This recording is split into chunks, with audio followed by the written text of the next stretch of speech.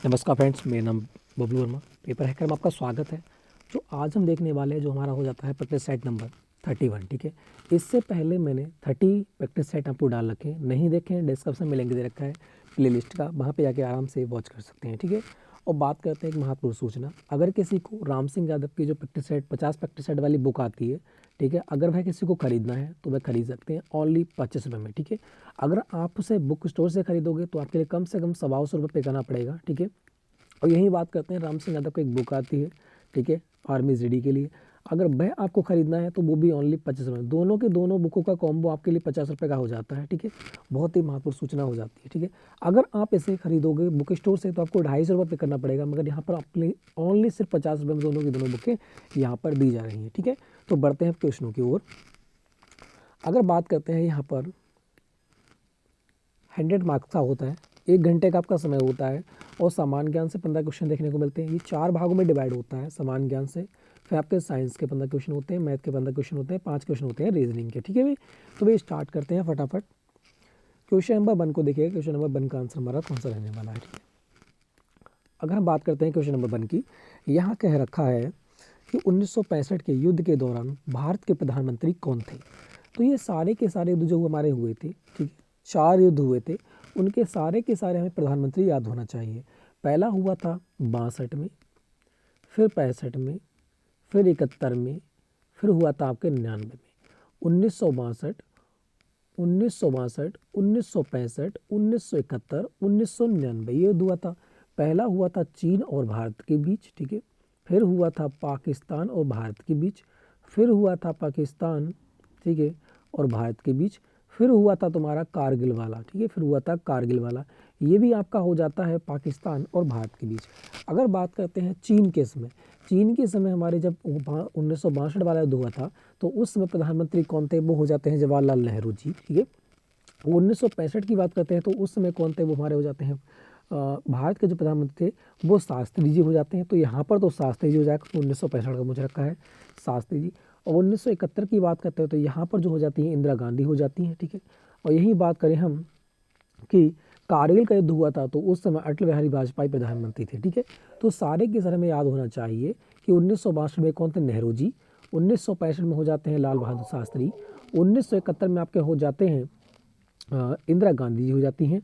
और बात करें 1999, यहाँ पर अटल बिहारी वाजपेयी जी आपके हो जाते हैं। ठीक है, तो चारों की चार आपको क्या है, याद होना चाहिए, एक जगह लिख लीजिएगा। ठीक है, तो इसका आंसर कौन सा रहने वाला, ऑप्शन नंबर बी हो जाएगा। जिन लोगों का आंसर ऑप्शन नंबर बी आ रहा है वह भी बहुत ही अच्छा खेल गए हैं। ठीक है, बात करते हैं आगे क्वेश्चन नंबर 2 की। यहाँ दे रखा है डूरंड कप किससे संबंधित है। तो बहुत ही इंपॉर्टेंट क्वेश्चन, बहुत ही इजी क्वेश्चन हो जाता है और बहुत बार एग्जाम में पूछा हुआ क्वेश्चन आपका हो जाता है। ठीक है, तो ये कैसे हो जाएगा, ऑप्शन नंबर ए से हो जाएगा। जिन लोगों का आंसर ऑप्शन नंबर ए आ रहा है बिल्कुल राइट आंसर आपका हो जाता है। ठीक है, नेक्स्ट क्वेश्चन की बात करते हैं, भारत स्वतंत्र कब हुआ था।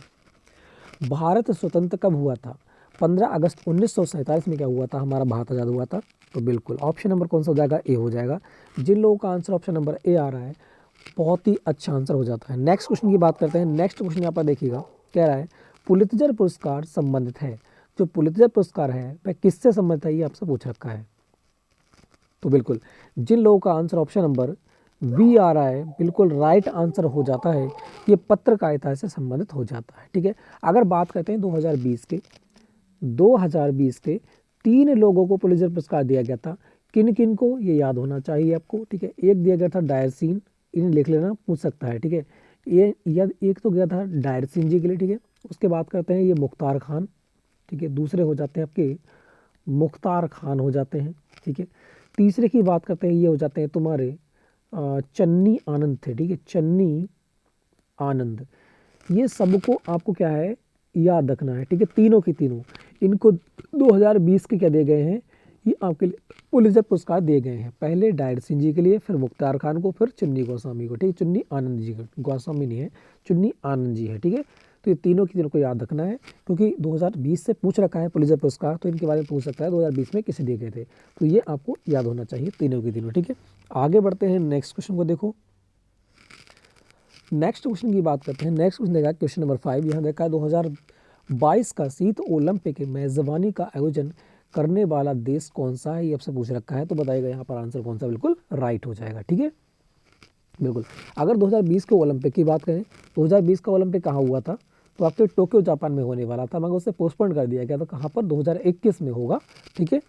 तो बात करते हैं, बिल्कुल, तो यहाँ पर कौन सा राइट, अगर बात करें 2022 का शीत ओलंपिक की मेज़बानी की बात करेगा, तो शीत ओलंपिक जो होने वाला है वो आपका हो जाता है कहाँ पर, बीजिंग में, ठीक है, चीन के बीजिंग में होगा 2022 का।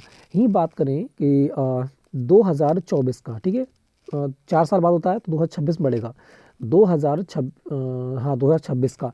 अगर 2026 का शीत ओलंपिक की बात करते हैं तो ये कहाँ होने वाला है, ये हमारे होने वाला है इटली में, ठीक है। कहाँ होने वाला है, इटली में होने वाला है। ये भी आपको क्या होना चाहिए, याद होना चाहिए, ठीक है। तो बात करते हैं आगे, नेक्स्ट क्वेश्चन को देखो। नेक्स्ट क्वेश्चन का आंसर हमारा कौन सा रहने वाला है, तो उसका आंसर ऑप्शन नंबर ए आ जाएगा। जिन लोगों का आंसर ऑप्शन नंबर ए आ रहा है वो बहुत ही अच्छा खेल गए हैं, ठीक है। नेक्स्ट की बात करते हैं, याद रखा है भारतीय संविधान के अनुसार विदेश नीति कौन से अनुच्छेद में होती है। तो बहुत ही इजी क्वेश्चन आपका हो जाता है, तो इसका आंसर दीजिएगा। बिल्कुल, अगर बात करते हैं वो अनुच्छेद 52 की, तो इसमें क्या है, राष्ट्रपति के बारे में दे रखा है, ठीक है। 1953 की बात करें तो इनकी शक्तियों के बारे में दे रखा है। 53 की बात करें, अनुच्छेद 53 की बात करें तो इनकी शक्तियों के बारे में दे रखा है। 1954 की बात करें, उन्हें चुनने के बारे में दे रखा है, ठीक है, राष्ट्रपति को चुनने के बारे में। मगर बात करें यहाँ पर अनुच्छेद 51 की, तो ये आपकी हो जाती है संविधान के विदेश नीति के अनुसार, ठीक है। तो ऑप्शन नंबर जो ये लोग आंसर दे रहे हैं, बिल्कुल राइट आंसर आपका हो जाता है, ठीक है। बहुत ही अच्छा खेल गए हो। आगे बढ़ते हैं, नेक्स्ट क्वेश्चन को देखो। नेक्स्ट क्वेश्चन का आंसर हमारा कौन सा रहने वाला है। यहाँ देखता है, पुर्तगाली यात्री वास्को डे गामा जब भारत आया तो उस समय दिल्ली का शासक कौन था। 3 से 4 बार पूछा हुआ क्वेश्चन, अब तक मैंने प्रैक्टिस सेट में ये आपके लिए 3 बार का रखा है, ठीक है, 3 बार का रखा है। तो इस क्वेश्चन का बहुत ध्यान से आंसर दीजिएगा, यहाँ पर आंसर कौन सा रहने वाला है, ठीक है। बिल्कुल, तो आपको पता है वास्को डी गामा भारत कब आया था, तो ये आया था 1498 में। कब आया था, 1498 में भारत आया था। और 1492 में किसकी खोज की गई थी, अमेरिका की खोज की थी कोलंबस ने, ठीक है। तो यहाँ पर बात करते हैं, पुर्तगाली यात्री वास्को डे गामा जब भारत आया तो दिल्ली का जो शासक था, यहाँ पर ध्यान रखना किसका पूछ रहा है, दिल्ली का शासक यहाँ पर पूछ रखा है, तो वो आपका हो जाता है सिकंदर शाह। कौन था, दिल्ली का शासक उस समय जो था वो आपका सिकंदर शाह हो जाता है। तो जिन लोगों का आंसर ऑप्शन नंबर ए आ रहा है, बिल्कुल राइट आंसर हो जाता है, ठीक है। अगले बढ़ते हैं नेक्स्ट क्वेश्चन, क्वेश्चन नंबर 8 की ओर। ब्रिक्स में एस किससे संबंध है, ये आपको बताना है, ठीक है। बिल्कुल, तो ब्रिक्स जो है वो आपके 5 देशों का समूह है। किसका, 5 देशों का समूह है। जैसे आपका बी दे रखा है, तो यहाँ से क्या हो जाएगा, ब्राज़ील। आर से क्या हो जाएगा, आपका रसिया हो जाएगा, ठीक है। आई से इंडिया हो जाएगा। सी से चाइना हो जाएगा। एस से क्या हो जाएगा, दक्षिण अफ्रीका हो जाएगा। क्या हो जाएगा, दक्षिण अफ्रीका हो जाएगा, मतलब साउथ अफ्रीका। तो कहाँ दे रखा है, ये आपका हो जाता है ऑप्शन नंबर सी। तो जिन लोगों का आंसर ऑप्शन नंबर सी आ रहा है, बहुत ही अच्छा खेल गए हो, ठीक है। आगे बढ़ते हैं, नेक्स्ट क्वेश्चन को देखो। नेक्स्ट क्वेश्चन का आंसर हमारा कौन सा रहने वाला, ठीक है। यहाँ दे रखा है कि महात्मा गांधी का जन्म कहाँ हुआ था। तो महात्मा गांधी का जन्म कहाँ हुआ था, ये आपको बताना है। तो कब हुआ था, ये भी आपको याद होना चाहिए, है ना, 2 अक्टूबर, ये तो आपको पता ही है, डेट तो है ना, 2 अक्टूबर 1869, 2 अक्टूबर 1869 में इनका जन्म हुआ था। कहाँ हुआ था, पोरबंदर। पोरबंदर कहाँ पड़ता है, ये भी आपको याद होना चाहिए, गुजरात में पड़ता है। कहाँ हुआ था, पोरबंदर गुजरात में हुआ था, 2 अक्टूबर 1889 में। इनकी डेट याद रखना बहुत ही इंपॉर्टेंट हो जाती है, ठीक है, क्योंकि यहाँ से क्वेश्चन पूछता है। आगे बढ़ते हैं, नेक्स्ट क्वेश्चन की बात करते हैं। ये दे रखा है, बस्तर जिला किस राज्य में है, ठीक है। बिल्कुल, बस्तर जिला किस राज्य में है, ये आपको बताना है। तो जो बस्तर जिला है, ठीक है, जो बस्तर जिला है, ये क्या है, ये किस लिए फेमस है। पहली बात तो ये भी आपको याद होना चाहिए, बस्तर जिला किस लिए फेमस है। तो वहाँ पर आदिवासी लोग रहते हैं और जंगल बहुत ही खूबसूरत है, ठीक है। तो आदिवासियों के लिए और जंगल के लिए बहुत ही फेमस जगह है, तो इसलिए यहाँ पर ये दिया गया है, ठीक है।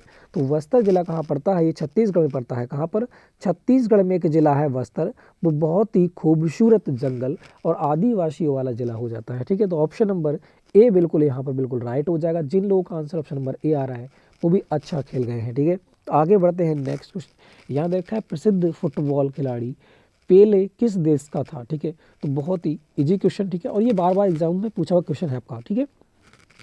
प्रसिद्ध फुटबॉल खिलाड़ी पेले किस देश का था, ये आपको बताना है। तो इस क्वेश्चन का आंसर कौन सा रहने वाला है ये बताइएगा बिल्कुल। तो जिन लोगों का आंसर ऑप्शन नंबर ए आ रहा है, बिल्कुल राइट आंसर हो जाता है ब्राज़ील का, ठीक है। जो पेले था वो कहाँ का रहने वाला था, वह आपका ब्राज़ील का रहने वाला था, ठीक है। आगे बढ़ते हैं, नेक्स्ट क्वेश्चन देखो। यहाँ देखा है पूर्वोत्तर में अंग्रेजों ने सर्वप्रथम फैक्ट्री कहाँ स्थापित की थी, ठीक है। तो पूर्वोत्तर में अंग्रेज जब आए थे, अंग्रेज कब आए थे, है ना, ईस्ट इंडिया कंपनी की स्थापना कब हुई थी, 1600 में। उसके बाद 8 साल के बाद उन्होंने फैक्ट्री स्थापित की थी, कहाँ पे, सूरत में। कहाँ की थी, सूरत में की थी, जो आपकी हो जाती है 1608 में। डेट पूछ रहे तो भी याद रखना, ठीक है। 1608 में एक फैक्ट्री की स्थापना की थी, कहाँ पर, सूरत में। तो ये आंसर जो रहने वाला है वो हमारा होता है ऑप्शन नंबर सी। तो जिन लोगों का आंसर ऑप्शन नंबर सी आ रहा है वो भी अच्छा खेल गए हैं, ठीक है। आगे बढ़ते हैं, नेक्स्ट क्वेश्चन का आंसर दीजिएगा। नेक्स्ट क्वेश्चन का जो आंसर हो जाएगा वो हमारा कौन सा हो जाता है। यहाँ रखा है विद्युत से चलने वाली भारत में प्रथम रेलगाड़ी कौन से सन में चली थी। तो यहाँ पर विद्युत में पूछ रखा है, तो ये भी आपको क्या है, याद होना चाहिए, ठीक है, बिल्कुल। तो विद्युत में चलने वाली भारत में प्रथम रेलगाड़ी कौन से सन में चली थी, ये आपको बताना है। तो यहाँ पर कौन सा बिल्कुल राइट आंसर हो जाता है, ठीक है, बताइएगा। देखो बात करते हैं, अगर हम यहाँ पर बिल्कुल बात करें कि रेलगाड़ी कब चलाई गई थी, सिर्फ रेलगाड़ी की बात कर रहे हैं यहाँ पर, सिर्फ रेलगाड़ी जो चली थी सबसे पहले वो डलहौजी चलाई थी। किसने, डलहौजी, लॉर्ड डलहौजी, ठीक है, लॉर्ड डलहौजी ने चलाई थी सबसे पहले रेलगाड़ी। कब चलाई थी, 1853 में चलाई थी। कब, 1853 में। कहाँ से चलाई थी, मुंबई से थाने, है ना। कहाँ से चलाई थी, ये आपके मुंबई से थाने तक चलाई थी। ये तो आपको याद ही होगा कि 1853 में डलहौजी ने कहाँ से, मुंबई से थाने सबसे पहले ट्रेन चलाई थी, ठीक है। यहाँ बस यहाँ पर डिफरेंट दे रखा है कि भाई जो विद्युत वाली चलाई गई थी वो कब चलाई गई थी। तो वह आपकी चलाई गई थी 1925 में। कब चलाई गई थी, 1925 में चलाई गई थी। कहाँ से चलाई गई थी ये भी आपको याद होना चाहिए। आपकी चली थी मुंबई से, कहाँ से, मुंबई से कुर्ला तक, ठीक है, मुंबई से कुर्ला तक ये आपकी चलाई गई थी। तो ये भी आपको याद होना चाहिए, कहाँ से कहाँ तक चलाई गई थी। तो मुंबई से कुर्ला तक चलाई गई थी। और प्रथम रेलगाड़ी की बात करें तो डलहौजी चलाई थी 1853 में, मुंबई से थाने तक, ठीक है। तो यहाँ पर ऑप्शन नंबर जो हो जाएगा ए। तो जिन लोगों का आंसर ऑप्शन नंबर ए आ रहा है वो भी यहाँ पर अच्छा खेल गए हैं, ठीक है। आगे बढ़ते हैं, नेक्स्ट क्वेश्चन को देखो। यहाँ देखा है सर्जिकल स्ट्राइक सितंबर 2016 के समय भारत के प्रधानमंत्री कौन था, ये आपको बताना है। तो बहुत ही अच्छा क्वेश्चन हो जाता है, ठीक है। सॉरी, रक्षा मंत्री यहाँ पर पूछ रखा है, तो प्रथम रक्षा मंत्री कौन थे ये भी आपको याद होना चाहिए। प्रथम रक्षा मंत्री कौन हो जाते हैं, बलदेव सिंह। कौन हो जाते हैं, ये याद होना चाहिए, ठीक है, बलदेव सिंह हो जाते हैं प्रथम रक्षा मंत्री। तो यहाँ पर आपसे पूछ रखा है कि सर्जिकल स्ट्राइक सितंबर 2016 के समय भारत के प्रधानमंत्री कौन थे, सॉरी भारत के रक्षा मंत्री कौन थे, ठीक है, बताना है यहाँ पर।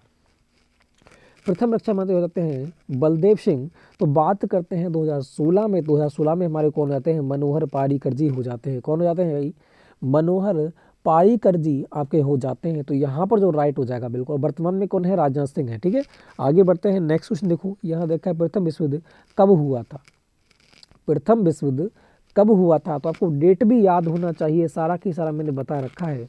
तो प्रथम युद्ध शुरू कब हुआ था, ये 28 जुलाई, कब हुआ था, 28 जुलाई, 28 जुलाई 1914 में ये स्टार्ट हुआ था। और 11 नवंबर, है ना, 11 नवंबर 1918 में ये समाप्त हुआ था, ठीक है, प्रथम विश्व युद्ध। अब प्रथम विश्व युद्ध को हमने देख लिया, तो सेकंड बार भी हमें क्या होना चाहिए, याद होना चाहिए। जो द्वितीय विश्व युद्ध हुआ था, ठीक है, जो द्वितीय विश्व युद्ध हुआ था वो कब हुआ था, ये आपका हुआ था 1 सितंबर, ठीक है। कब हुआ था, 1 सितंबर 1939 से स्टार्ट हुआ था। और 2 सितंबर, ठीक है, 1 और 2, 2 सितंबर 1945 में ये हमारा समाप्त हुआ था, ठीक है। तो ये भी आपको याद होना चाहिए कि 1 सितंबर 1939 में हमारा स्टार्ट हुआ था और 2 सितंबर 1945 में क्या हुआ था, समाप्त हुआ था, ठीक है। क्यों हुआ था, जब हिरोशिमा और नागासाकी में बम गिराए गए थे 6 अगस्त और 9 अगस्त को, ठीक है, 6 अगस्त 1945 और 9 अगस्त 1945 को गिराए गए थे। एक में लिटिल बॉय गिराया गया था और फैटमैन गिराए गए थे, है ना, 2 बम गिराए गए थे, जिसके कारण क्या है, जापान का बहुत ही बुरा हाल हो गया था। और उस समय क्या हुआ था, संयुक्त राष्ट्र संघ की स्थापना हुई थी 28 अक्टूबर 1945 में। ठीक है, एक संघ बनाया गया था जिसके कारण कि युद्धों को रोका जाए, ठीक है, और वार ना हो।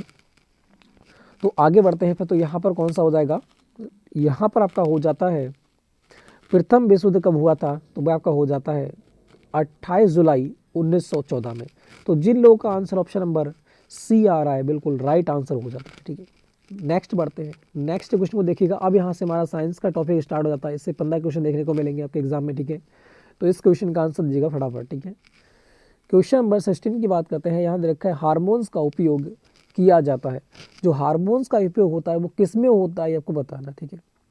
मेटाबॉलिज्म कार्य के लिए होता है, रोगों के बचाव के लिए होता है, ऊर्जा उत्पादन के लिए होता है, पाचन व पुनः उत्पादन के लिए। देखो पाचन के लिए तो होता नहीं है, ठीक है, पाचन के लिए एंजाइम वगैरह भाग लेते हैं।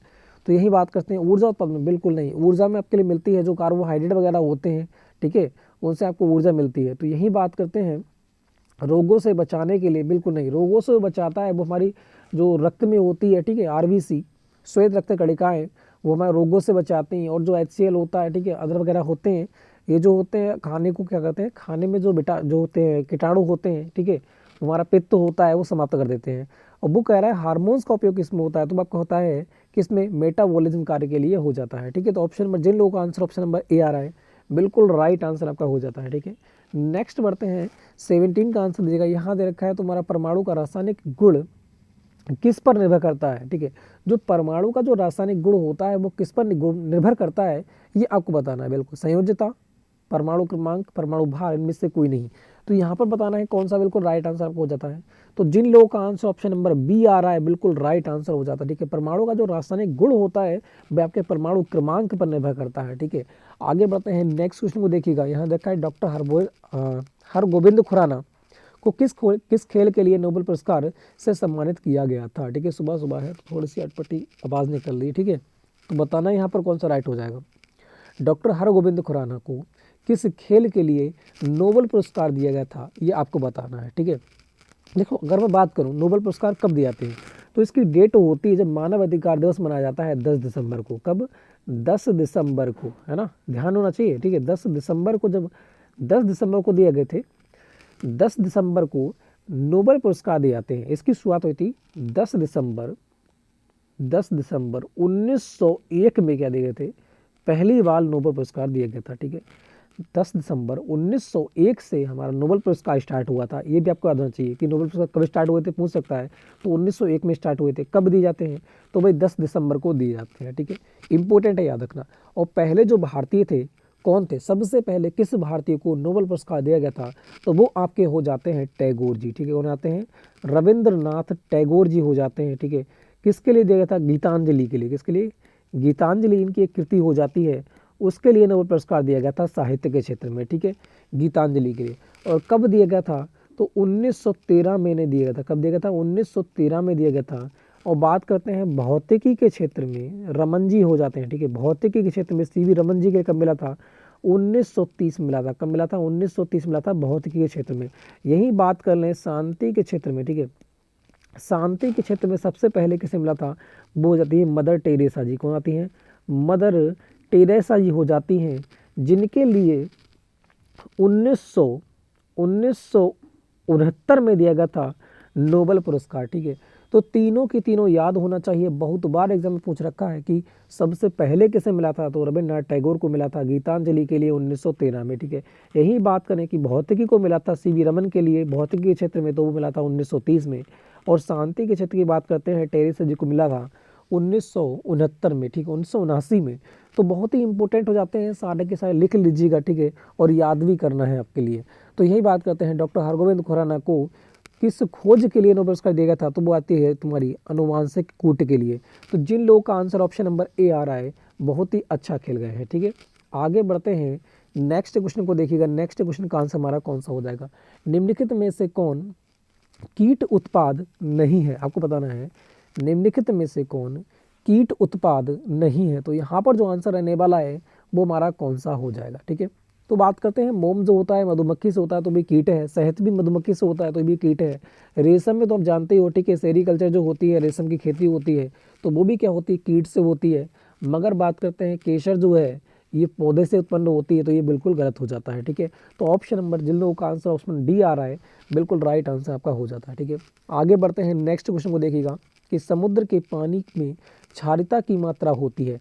जो समुद्र का जो पानी होता है, पूछ रखा है कि उसमें क्षारीयता की मात्रा कम होती है, ज़्यादा होती है साधारण पानी से। ठीक है, तो यहाँ पर बताना है कौन सा बिल्कुल राइट आंसर आपका हो जाता है। तो बिल्कुल जिन लोगों का आंसर ऑप्शन नंबर ए आ रहा है, बिल्कुल राइट आंसर हो जाता है। क्या होती है? अधिक होती है ना, सामान्य से तो अधिक होगी अम्लता, क्योंकि जो अम्लीय वर्षा होती है किस कारण होती है ना, HCl SO2 NO2 है ना, SO2 NO2 के कारण क्या होती है, ये आपकी हो जाती है नाइट्रस डाइऑक्साइड और सल्फर डाइऑक्साइड के कारण क्या होती है, अम्लीय वर्षा होती है। ठीक है, HCl और NO2 और SO2 के कारण, है ना। अम्लीय वर्षा किसके कारण होती है? SO2 और NO2, नाइट्रस डाइऑक्साइड और सल्फर डाइऑक्साइड। तो यहाँ पर पूछ रखा है तुम्हारा समुद्र के पानी में क्या होती है, क्षारीयता जो होती है वो ज़्यादा होती है। फिर रखा है तुम्हारा भारी जल का सूत्र होता है। भारी जल का सूत्र कौन सा होता है बताना है। ठीक है, HCl की बात करें, हाइड्रोक्लोरिक, ठीक है, जो अपने हमारे आमाशय में जो उत्पन्न होता है ना, आमाशय की दीवारों से निकलता है HCl। फिर बात करते हैं NaCl, Na सोडियम क्लोराइड हो जाता है। ठीक है, और जल हो जाता है। भारी जल पूछ रखा है तो कौन सा जाएगा, D2 हो जाएगा। Option number D, option number B बिल्कुल यहाँ पर बिल्कुल राइट हो जाता है। तो जिन लोगों का आंसर ऑप्शन नंबर बी आ रहा है, बिल्कुल राइट आंसर हो जाता है। ठीक है, आगे बढ़ते हैं, नेक्स्ट क्वेश्चन देखिएगा, बॉक्साइट किसका आवश्यक है, ये आपको बताना है। ठीक है, जो बॉक्साइट है वो किसका आवश्यक हो जाता है। तो जिन लोगों का ऑप्शन नंबर सी आ रहा है, बिल्कुल राइट आंसर होते हुए एल्यूमिनियम का हो जाता है। ठीक है, आगे बढ़ेगा, नेक्स्ट क्वेश्चन कह रहा है गोली दागने के बाद तोप के पीछे की ओर धक्का मारने का कारण क्या है? ऊर्जा का संरक्षण, या फिर उत्पन्न गैसों द्वारा लगाए गए पीछे की ओर बल, न्यूटन की गति का तीसरा नियम, या फिर न्यूटन की गति का प्रथम नियम। तो आपको पता है ऊर्जा संरक्षण का नियम क्या है, ऊर्जा ना तो समाप्त की जाती है ना तो उत्पन्न की जाती है, तो ये तो होगा नहीं। ठीक है, फिर उत्पन्न गैसों द्वारा लगाए गए पीछे की ओर बल, बिल्कुल नहीं, तो ये भी नहीं होगा। ठीक है, क्योंकि न्यूटन वगैरह का बल देखा। तो आगे देखते हैं, देखो ये न्यूटन का बल होता है गोली दागने के बाद। ठीक है, तो पीछे की ओर क्या करती है, धक्का लगाती है। तो ये क्या है, क्रिया प्रतिक्रिया का जो नियम होता है। ठीक है, न्यूटन का तीसरा नियम, न्यूटन का जो तीसरा नियम होता है क्रिया प्रतिक्रिया का नियम, तो वह आपका हो जाता है। ठीक है, तो जिन लोगों का आंसर ऑप्शन नंबर सी आ रहा है, बिल्कुल राइट आंसर हो जाता है। और फिर बात करें, जो डी दे रखा है न्यूटन का नियम, ये दे रखा है प्रथम, जिसे जड़त्व का नियम हम कहते हैं। ठीक है, कोई वस्तु जिस दिशा में घूम रही है वह उसी दिशा में कार्य करती रहेगी। ठीक है, जब तक उस पर कोई बल कार्य ना करे। ठीक है, तो जिन लोगों का आंसर ऑप्शन नंबर सी आ रहा है, बिल्कुल राइट आंसर आपका हो जाता है। ठीक है, आगे बढ़ते हैं, नेक्स्ट क्वेश्चन को देखो, नेक्स्ट क्वेश्चन का आंसर हमारा कौन सा रहने वाला है। यहाँ रखा है लोहा का आवश्यक है, लोहा का आवश्यक कौन सा है ये आपको बताना है। ठीक है, बिल्कुल बताएगा यहाँ पर कौन सा बिल्कुल राइट हो जाता है, लोहे का आवश्यक। ठीक है, तो यहाँ पर कौन सा हो जाएगा, यहाँ पर ऑप्शन नंबर जो ए हो जाएगा, बिल्कुल राइट हो जाएगा, हेमेटाइट। ठीक है, ऑप्शन नंबर ए हो जाएगा, हेमेटाइट आपका हो जाता है। ठीक है, नेक्स्ट को देखिएगा, नेक्स्ट का आंसर आपका कौन सा हो जाएगा। याद रखा है कोशिका विभाजन निम्नलिखित में किस प्रक्रिया से होता है। जो कोशिका विभाजन होता है वह किस प्रक्रिया से होता है, ये आपको बताना है। ठीक है, हेट्रोसिस से हो जाता है, युग्मज, या फिर माइटोसिस, कौन सा होगा यहाँ पर बिल्कुल राइट आंसर, कोशिका विभाजन। ठीक है, बिल्कुल बताएगा यहाँ पर कौन सा बिल्कुल राइट आंसर आपका रहने वाला है। तो जिन लोगों का आंसर ऑप्शन नंबर सी आ रहा है, ठीक है, माइटोसिस, तो बिल्कुल राइट आंसर आपका हो जाता है। आगे बढ़ते हैं, नेक्स्ट क्वेश्चन को देखो, यहाँ पे रखा है तुम्हारा एक वायु अवरुद्ध पिंजरे में लटकी हुई एक स्प्रिंग तुला में एक तोता बैठा हुआ है। तो तोता उड़ना प्रारंभ करता है, तो बताएगा स्प्रिंग में क्या होगा। ठीक है, बिल्कुल बताएगा यहाँ पर कौन सा बिल्कुल राइट रहने वाला है। एक वायु अवरुद्ध है, जहाँ पर वायु है ही नहीं, ध्यान से पढ़ना इस क्वेश्चन को, कि एक वायु अवरुद्ध पिंजरे में लटकी हुई एक स्प्रिंग तुला में एक तोता बैठा हुआ है, मतलब वहाँ पर वायुमंडल है ही नहीं और वहाँ पे एक स्प्रिंग का तुला है, उसमें कौन बैठा है, तोता बैठा है। तो पूछ रखा है कि तोता जब उड़ता है तो बताना है प्रारंभ में क्या स्थिति होगी। तो आपको पता है जब निर्वात में कोई वायुमंडल नहीं होता है तो किसी भी चीज़ की गति नहीं होती है। अगर तोता उड़ता भी है बाई चांस, ठीक है, मगर उड़ नहीं सकता, तोता उड़ता भी है बाई चांस, तो स्प्रिंग में कोई परिवर्तन नहीं होगा। तो परिवर्तन नहीं होगा, ये आपका आंसर बिल्कुल राइट हो जाएगा, क्योंकि कोई परिवर्तन होता है तो वो कहाँ होता है, वायुमंडल में होता है। ठीक है, आगे बढ़ते हैं, नेक्स्ट क्वेश्चन को देखो। नेक्स्ट क्वेश्चन का आंसर हमारा कौन सा हो जाएगा, ठीक है 27। यहाँ देखा है तुम्हारा वाटर गैस का रासायनिक का नाम कौन सा है। 2 से 3 बार बताया हुआ क्वेश्चन, तो यहाँ पर बताना है कौन सा बिल्कुल राइट हो जाएगा, ठीक है वाटर गैस का नाम। बिल्कुल, तो जिन लोगों का आंसर ऑप्शन नंबर ए आ रहा है बिल्कुल राइट आंसर हो जाता है, ठीक है COH2, क्योंकि यहाँ से कौन सा निकल जाएगा H2O निकल जाएगा और C बच जाएगा, ठीक है कार्बन। तो इस प्रकार से वाटर गैस निकल जाएगी H2O, ठीक है जली तो होता है वाटर और कुछ थोड़ी होता है, ठीक है। तो ऑप्शन नंबर क्या हो जाएगा, ऑप्शन नंबर ए हमारा हो जाता है बिल्कुल राइट। आगे बढ़ते हैं 28। यहाँ देखिए DNA कहाँ मौजूद होता है। तो DNA जो होता है वो कहाँ मौजूद होता है ये आपको बताना है, ठीक है बिल्कुल। तो इस क्वेश्चन का आंसर देगा सभी लोग कौन सा राइट होगा। RNA में होता है, न्यूक्लियस में, प्लाज्मा में, या फिर न्यूक्लियस एसिड में। तो एसिड में तो होगा नहीं, ठीक है। तो DNA कहाँ होता है, ठीक है बिल्कुल सही न्यूक्लियस में होता है। तो यहाँ पर जिन लोगों का आंसर ऑप्शन नंबर बी आ रहा है बिल्कुल राइट आंसर आपका हो जाता है। आगे बढ़ते हैं नेक्स्ट क्वेश्चन 29 कि कार्यों को परिभाषित किया जा सकता है। जो कार्य है उसका सूत्र कौन सा होता है ये आपसे पूछ रखा है, ठीक है। तो बल गुणे विस्थापन होता है ना। बल गुणे क्या होता है, बल गुणे विस्थापन। तो मतलब विस्थापन क्या होती है, दूरी, कि एक चीज़ को, एक वस्तु को यहाँ से कहाँ तक यहाँ पर लाया गया, तो क्या किया गया, इतना क्या किया गया, कार्य किया गया। तो यही तो होता है, बल लगाया, इस पर फोर्स लगाया, ठीक है फोर्स लगाया, और इस चीज़ को, इस वस्तु को कहाँ पहुँचा दिया, यहाँ पहुँचा दिया। तो कुछ मीटर तक हमने क्या हुआ, उसे हटा दिया, तभी तो कहोगे बल लगाएगा। मगर ये यहाँ पर यहीं पर रहा तो आप कहोगे कि भी कोई कार्य नहीं किया गया, ठीक है फोर्स तो लगाया गया मगर यहाँ पर कोई कार्य नहीं किया गया। जब तक इस वस्तु को यहाँ से यहाँ तक नहीं ले जाओगे तो कार्य नहीं माना जाएगा। तो बल, इस पर फोर्स लगाया मैंने और कहाँ पहुँचा दिया, इस वस्तु को यहाँ से पहुँचा दिया यहाँ। तो कितने मीटर पहुँचाया आप ये पूछोगे, है ना। तो एक तो हो जाता है बल गुणे क्या हो जाता है, विस्थापन। तो बल गुणे दूरी हो जाएगा। तो जिन लोगों का आंसर ऑप्शन नंबर ए आ रहा है बिल्कुल राइट आंसर आपका हो जाता है, ठीक है। बहुत ही अच्छा खेल गए हो। आगे बढ़ते हैं नेक्स्ट क्वेश्चन को देखो। नेक्स्ट क्वेश्चन का जो आंसर हो जाएगा हमारा कौन सा हो जाएगा, ठीक है। यहाँ देखा है कि निमोनिया किस अंग को प्रभावित करती है। तो बहुत ही इजी क्वेश्चन होता है, किसको, फेफड़े को प्रभावित करती है ना, बिल्कुल सही। तो अब यहाँ से स्टार्ट हो जाते हैं हमारे मैथ के 15 क्वेश्चन देखने को मिलते हैं, फटाफट इनको भी देख लेते हैं, ठीक है बिल्कुल। तो फर्स्ट क्वेश्चन का भी आंसर दीजिएगा फटाफट, कौन सा बिल्कुल राइट आंसर रहने वाला है, ठीक है कीजिएगा साथ साथ में, तभी आपको क्या है आते रहेंगे सारे के सारे, ठीक है। 31 दे रखा है तुम्हारा, सुरेश अपनी मोटरसाइकिल पर की गई एक यात्रा 410 किलोमीटर की दूरी तय करता है। यदि वह 50 किलोमीटर प्रति घंटे की गति से 5 घंटे तक मोटरसाइकिल चलाता है तो वह शेष 4 घंटे की यात्रा किस गति से तय करता है, ये आपको बताना है। तो यहाँ पर कौन सा बिल्कुल राइट आंसर आपका रहने वाला है, ठीक है बताइएगा। सुरेश अपनी मोटरसाइकिल पर की गई एक यात्रा इतने किलोमीटर की गति से तय करता है। यदि वह 50 किलोमीटर घंटे की गति से 5 घंटे तक मोटरसाइकिल चलाता है तो वह शेष 4 घंटे की यात्रा कितनी गति से तय करता है, ये आपसे पूछ रखा है। तो पहली बात से पूछ रखा है कि यात्रा कितने किलोमीटर की दूरी है। दूरी दे रखी है तुम्हारी 410 किलोमीटर की दूरी। यदि वह इतने किलोमीटर की गति से 5 घंटे मोटरसाइकिल चलाता है, आप बताइएगा 50 किलोमीटर प्रति घंटे की गति से अगर उसने 5 घंटे मोटरसाइकिल चलाई तो मैं दूरी निकाल सकता हूँ ना। दूरी बराबर क्या होता है, चाल गुणे समय। तो मैंने चाल लग दी और क्या लगा दिया, मल्टीप्लाई समय में, ठीक है। तो इसे बात करूँगा तो यहाँ पर कितना हो जाएगा, 25, तो 250 किलोमीटर जो हो गया, 250 किलोमीटर उसने कौन क्या चला दी, साइकिल, ठीक है। 250 किलोमीटर तो वो आपके गया है साइकिल से, साइकिल चलाता है, मोटरसाइकिल चलाता है, ठीक है। टोटल दूरी दे रखी है तुम्हारी 410। अगर उसने 250 किलोमीटर साइकिल चला ली तो कितना बचा, आप कहोगे यहाँ पर बच जाता है 160 किलोमीटर। 160 किलोमीटर वह पैदल गया होगा, यही तो होगा। वह कह रहा है शेष 4 घंटे में यात्रा तय करता है। शेष मेरी बची है 160, 4 घंटे में तय कर रहा है। तो मैं दूरी ज्ञात कर सकता हूँ, सॉरी गति ज्ञात कर सकता हूँ ना, क्योंकि चाल बराबर क्या होता है, चाल बराबर आपका होता है दूरी बटे समय। चाल बराबर क्या होता है, दूरी बटे समय। तो मैंने यहाँ पे शेष दूरी लगा ली और यहाँ से मैंने समय रख दिया। अब जब इसे करूँगा तो चाल मेरी ज्ञात हो जाएगी ना, सेकंड वाली। 4 से करूँगा तो 4 चौक 16, कितना हो जाता है, 40 किलोमीटर प्रति घंटा आपकी जो गति यहाँ पर रहने वाली है।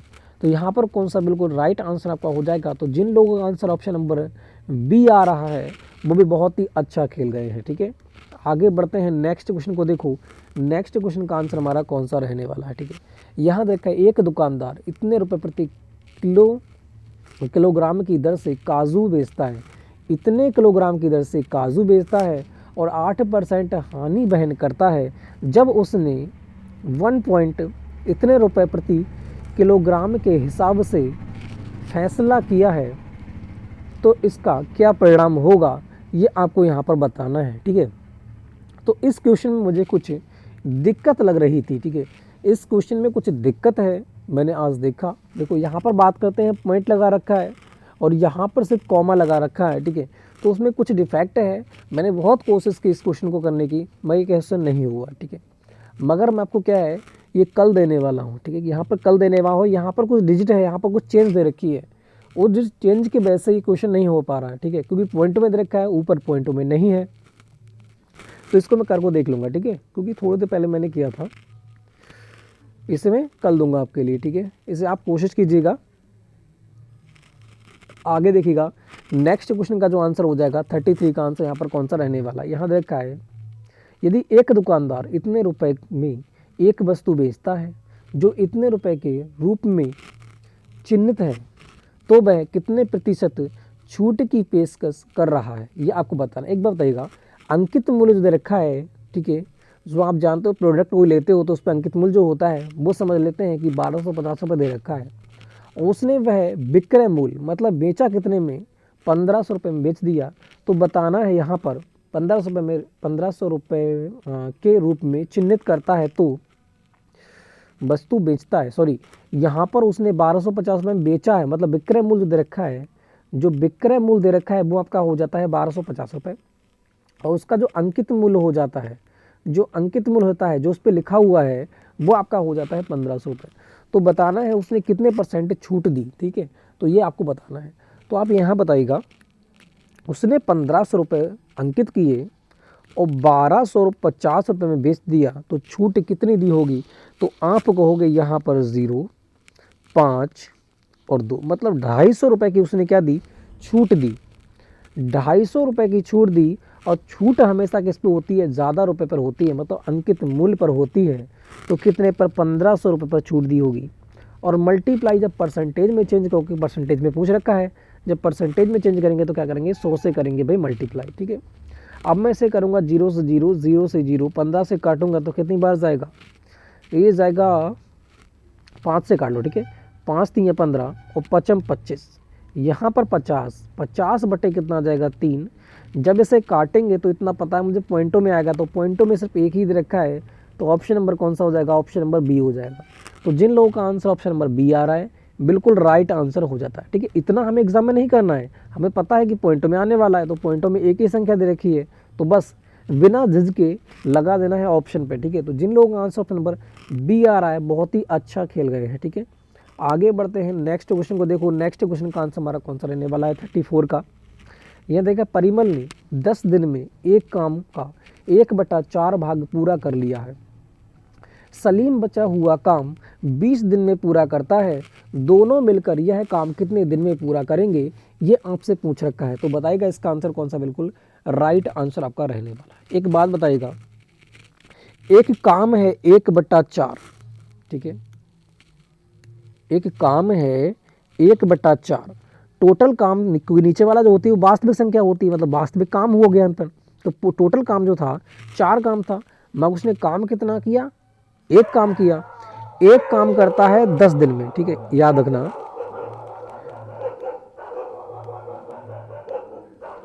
क्या हुआ यार बाहर, हाँ तो हम कहाँ तक पहुँच गए, थोड़ी शोर शराबा हो रहा था। ठीक है, आगे बढ़ते हैं। यहाँ दे रखा है कि 10 दिन में कोई कार्य करता है 1/4। तो एक बात बताइएगा, एक काम जब वह 10 दिन में कर रहा है तो टोटल काम कितने में करेगा, तो आप कहोगे टोटल काम क्या होता है, नीचे वाला होता है, तो कितना हो जाएगा, 10 चौक कितना हो जाएगा, 40 दिन में। तो यह बंदा जो टोटल काम है, ठीक है, जो परिमल जो है, पी मान लेते हैं, पी ठीक है, परिमल जो है टोटल काम कितने में करता है, 40 दिन में करता है। ठीक है, क्योंकि यहाँ पर नीचे वाला काम होता है टोटल, यहाँ पर एक काम कर रहा था तो 4 काम कितने में करेगा, तो आपका हो गया 40 दिन में करेगा।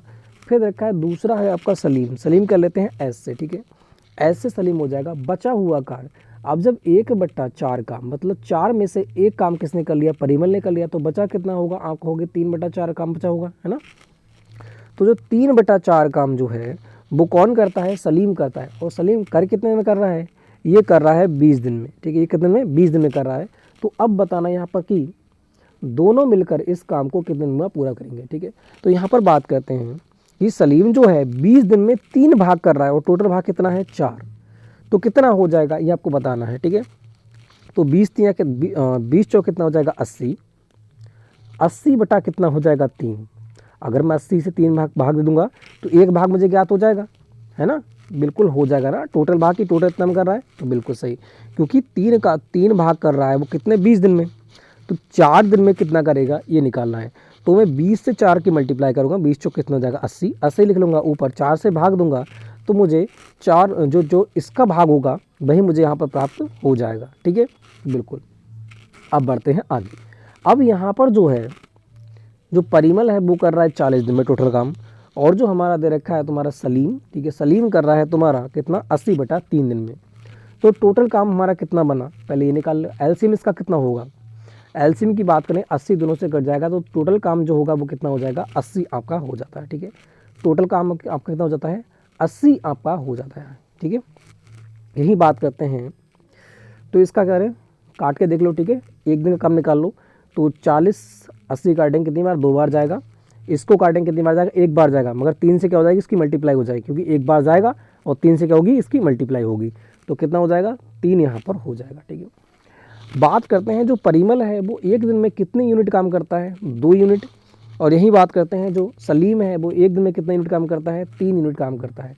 और वो कह रहे हैं दोनों मिलकर कितना करेंगे, तो दोनों मिलकर एक दिन में कितना काम करते हैं, 5 काम करते हैं, मगर टोटल काम है कितना 80 है। तो 5 से भाग दूंगा तो कितना आ जाएगा, 5 1 5 5 6 30, तो कितने दिन में ये दोनों के दोनों कार्य कर देंगे, तो 16 दिन में इस कार्य को यह निपटा देंगे। तो जिन लोगों का आंसर ऑप्शन नंबर भाई डी आ रहा है 34 का, ठीक है, 34 का, तो बिल्कुल अच्छा खेल गए हैं, ठीक है।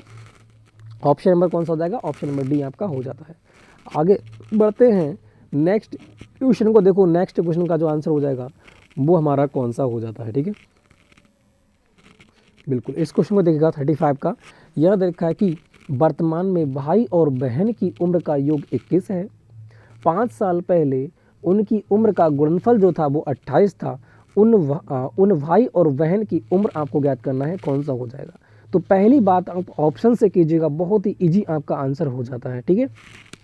देखो अगर बात करते हैं वर्तमान की, वर्तमान में दे रखा है भाई और बहन की उम्र का जो योग है वो कितना दे रखा है 21। मैंने भाई मान लिया, ठीक है, ब्रदर जो है वो मैंने मान लिया बी, और उसकी बहन है तो बहन क्या हो जाएगी, गर्ल्स मैंने मान लिया, ठीक है, गर्ल्स मान लिया, सिस्टर होता है वैसे सिस्टर ऐसे कर दो, ठीक है, सिस्टर। दोनों का जो योग है वर्तमान में वो कितना दे रखा है 21 वर्ष। पहली बात तो ये कंडीशन फॉलो होना चाहिए, 21 वर्ष यहाँ हो रहा है बताइएगा, बिल्कुल यहाँ भी सभी में 21 वर्ष हो रहा है। फिर देखा है 5 साल पहले, मतलब कहाँ जाएंगे पहले, 5 साल जब पहले जाऊंगा तो इसकी 5 साल घटेंगी, ठीक है। और उनका गुणनफल जो है 5 साल पहले इनका गुणनफल जो है ब्रदर का और सिस्टर का वो कितना हो जाता है 28 हो जाता है, ठीक है। तो यहाँ पर बताना है उन भाई और बहन की उम्र क्या है, तो बताइएगा। अगर मैं वर्तमान की बात करता हूँ, ठीक है, वर्तमान की बात करता हूँ तो 21 वर्ष सभी में दे रखिए, 21 वर्ष सभी में है। अब 5 साल पहले कर लेते हैं, जब 21 में से 5 इसकी भी घटेगी 5 इसकी भी घटेगी, दोनों का योग दे रखा है 21। जब मैं इसमें से 10 घटाऊंगा तो मेरे पास कितना बचेगा, आप कहोगे सिर्फ बचेगा भाई 11। तो इसका मतलब अगर मैं दोनों में से 5 घटा दूँ, दोनों में से 5 घटा दूँ तो उसका जो मल्टीप्लाई आने वाला होना चाहिए वो कितना होना चाहिए 11 होना चाहिए, सॉरी इनका योग जो होना चाहिए वो कितना होना चाहिए 11 होना चाहिए। अगर मैं 9 में से 5 घटाऊंगा तो मेरे पास कितना बचेगा, तो आप कहोगे 4 बचेगा, और 12 में से 5 घटाऊंगा तो बचेगा 7। अगर दोनों को मैं जोड़ूंगा तो मेरे पास 11 आ जाता है, तो ये ऑप्शन बिल्कुल राइट हो जाएगा। तो जिन लोगों का आंसर ऑप्शन नंबर ए आ रहा है बिल्कुल राइट आंसर हो जाएगा। अगर मैं इसको देखता हूँ 5 घटाऊंगा 1 बचेगा, इसमें से 5 घटाऊंगा तो मेरे पास कितना बचेगा, तो बचेगा 10। तो यहाँ पर भी भाई कितना आ रहा है, रुको, यहाँ पर भी जो आ रहा है वो आपका आ रहा है 11 आ रहा है, मगर इसकी मल्टीप्लाई जो आने चाहिए वो कितने आना चाहिए, 28 आना चाहिए, मगर यहाँ पर मल्टीप्लाई जो हो रही है 7 चौक 28 आ रहा है। तो इसलिए ऑप्शन नंबर ए राइट हो जाएगा। बाकी आप चेक करके देख लो, बिल्कुल राइट आंसर नहीं आएगा, ठीक है।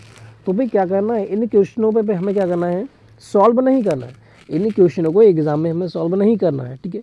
डायरेक्ट हमें कहाँ जाना है, ऑप्शन पे जाना है, ठीक है। डायरेक्ट ऑप्शन को ढूंढना है और जो हमारा क्वेश्चन में कंडीशन दे रखी है उस पर क्या करना है, सर्टिफाई करना है, ठीक है। बस इतना ही क्वेश्चन को सॉल्व करना है। एग्जाम में एक्स वाई रख के मत कीजिएगा, वरना बहुत समय लग जाएगा, ठीक है। ऑप्शन उठाइएगा, बहुत ही आराम से क्वेश्चन सॉल्व हो जाएगा। आगे बढ़ते हैं, नेक्स्ट क्वेश्चन 36 देखिएगा। यहाँ पर देखा है 55 छात्रों की एक कक्षा में 34 लड़कियाँ हैं।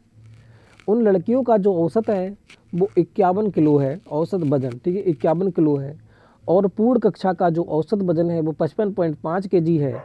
तो कक्षा में जो लड़कों का औसत पूछ रखा है कि लड़कों का औसत वजन कितना होगा, ठीक है, बताएगा। यहाँ पर कौन सा बिल्कुल राइट आंसर आपका रहने वाला है। अगर बात करते हैं 55 छात्रों की एक कक्षा में 34 लड़कियां हैं, टोटल छात्र कितने हैं, 55 छात्र हैं। लड़कियां कितनी हैं, अगर गर्ल्स की बात करूं तो गर्ल्स आपकी हो जाती हैं कितनी, 34 लड़की, कितनी हो जाएंगी भाई, आपकी 34 लड़कियां हो जाती हैं। इनका औसत वजन जो दे रखा है 51 kg औसत वजन है। तो मैं इसका टोटल वजन निकाल लूँगा, है ना, टोटल वजन निकाल लूँगा तो कितना हो जाएगा, 4 एकन हो जाएगा 4, और इसको कर लेते हैं, ठीक है, 51 यहाँ आ जाएगा। तो यहाँ पर हो जाएगा तुम्हारा 4 पंजी 20, 3 एकन 3, तो यहाँ पर हो जाएगा 23, ठीक है। तो यहाँ पर 23 का आ जाएगा 3, और यहाँ पर 5 3 कितना हो जाएगा 15। तो इसका जो टोटल वजन आपका हो जाएगा वो कितना आ जाता है, ठीक है। टोटल वजन की बात करते हैं, ये निकल के आता है 1534। कितना निकल के आ जाएगा, ये आपका 1534 निकल के आ जाता है टोटल वजन, ठीक है। आगे देखो नेक्स्ट क्वेश्चन को, सॉरी यहाँ पर आगे कीजिएगा, आगे का पूछ रखा है, ठीक है। अगर आगे की बात करते हैं, आगे यहाँ पर दे रखा है कि पूर्ण कक्षा का, अब यहाँ पर आपसे पूछ रखा है कि पूर्ण कक्षा का जो वजन है, ठीक है, क्या हो रहा है, जो पूर्ण कक्षा का जो वजन दे रखा है वो आपके सामने दे रखा है इतना, ठीक है, कितना, 55.5। तो ये तो हमने सिर्फ निकाल लिया गर्ल्सों का। अब हम पूर्ण कक्षा का निकाल लेते हैं, ठीक है। टोटल जो टोटल कक्षा का जो वजन है, जो टोटल कक्षा का वजन है वो हमने यहाँ पर निकाल लेते हैं। टोटल छात्र कितने हैं, 55 छात्र हैं। टोटल वजन कितना दे रखा है, ये देखा है तुम्हारा 55.5 दे रखा है, ठीक है। इसकी मल्टीप्लाई कीजिएगा, औसत वजन कितना होगा देखो, ठीक है, मल्टीप्लाई कर लेते हैं अलग। तो 55 और 5 की मल्टीप्लाई करते हैं, ठीक है। तो कितना हो जाएगा, 55 का 5 हासिल लगे 2, 55 25 26 27 के 7 हासिल लगे 2, 55 25 और 27, ठीक है।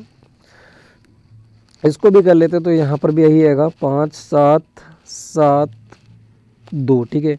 ऐड कर लेते हैं फटाफट, कितना आएगा यहाँ पर 5, यहाँ पर 2, 7 दूनी 14 15 के 5 हासिल लगा 1, 7 2 कितना हो जाएगा 7 8 9, और एक 10 का 0 हासिल लगा 1, 2 और 1 कितना हो जाएगा 3। तो यहाँ पर आपका हो जाता है, एक के बाद पॉइंट लगा देंगे तो इतना आ जाएगा, कितना आ जाता है, ये आ जाता है 3052.5 आपका हो जाता है, ठीक है। तो पूछ रहे कक्षा में लड़कों का औसत वजन कितना होगा। टोटल वजन इतना दे रखा है, लड़कियों का वजन इतना दे रखा है, तो लड़कों का वजन निकाल सकते हैं बिल्कुल। तो लड़कों का वजन कितना हो जाएगा, अगर मैं टोटल वजन में से लड़कियों का वजन यहाँ पर घटा दूँ, ठीक है, लड़कियों का वजन यहाँ पर घटा दूँ तो टोटल औसत वजन में निकल आएगा ना, औसत वजन जो होगा वो हमारा यहाँ पर निकल आएगा, ठीक है। तो ऐसा करते हैं, यहाँ पर 34 जो दे रखा है यहाँ पर 33 कर लेते हैं, कितना 33 कर लेते हैं, 0.5 यहाँ पर निकल के आ जाएगा, ठीक है। 0.5 जो होगा वो एक साइड में हमारा निकल के आ जाएगा, ठीक है। अब यहाँ पर कर लीजिएगा, बताएगा क्या होगा। ऐसा करो 25 मत करो यहाँ पर, ठीक है, क्योंकि इजी बनाना है ना, पॉइंटों को क्या करना है, इजी बनाना है।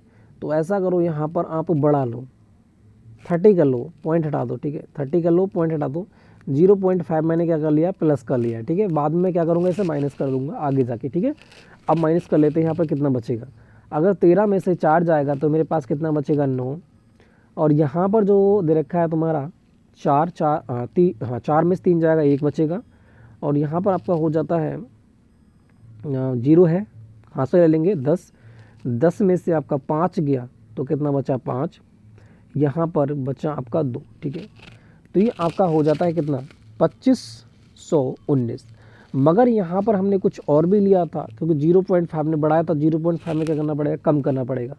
तो यहाँ पर 19 के बजाय नहीं आएगा, 19 के बजाय आपका आ जाएगा 18 पॉइंट कितना हो जाएगा 5 हो जाएगा। ठीक है, ये आपका वजन बच जाता है किसका, वयसों का, मतलब जेंट्स होगा। ठीक है, लड़कों का पूछ रखा है कि लड़कों का औसत वजन क्या होगा। टोटल छात्र कितने हैं 55, लड़कियां कितनी हैं 34। तो बताइएगा लड़के कितने बचे, तो 1 और 2 21 बचे लड़के। जो टोटल वजन दे रखा है लड़कों का कि 2518.5, अगर मैं इसको 21 से भाग दे दूंगा टोटल लड़कों से, तो जो बॉयसों का जो औसत वजन है, बॉयसों का जो औसत वजन है वहाँ पर निकल आएगा ना, क्योंकि टोटल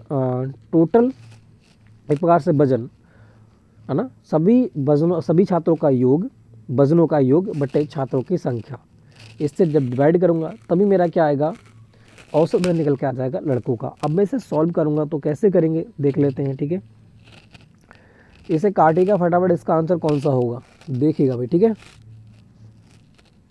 बताएगा यहाँ पर कौन सा आंसर बिल्कुल राइट आंसर आपका हो जाता है। इसका आंसर दीजिएगा फटाफट, कौन सा राइट होगा बताएगी फटाफट, है ना, कौन सा यहाँ पर राइट आंसर रहने वाला है।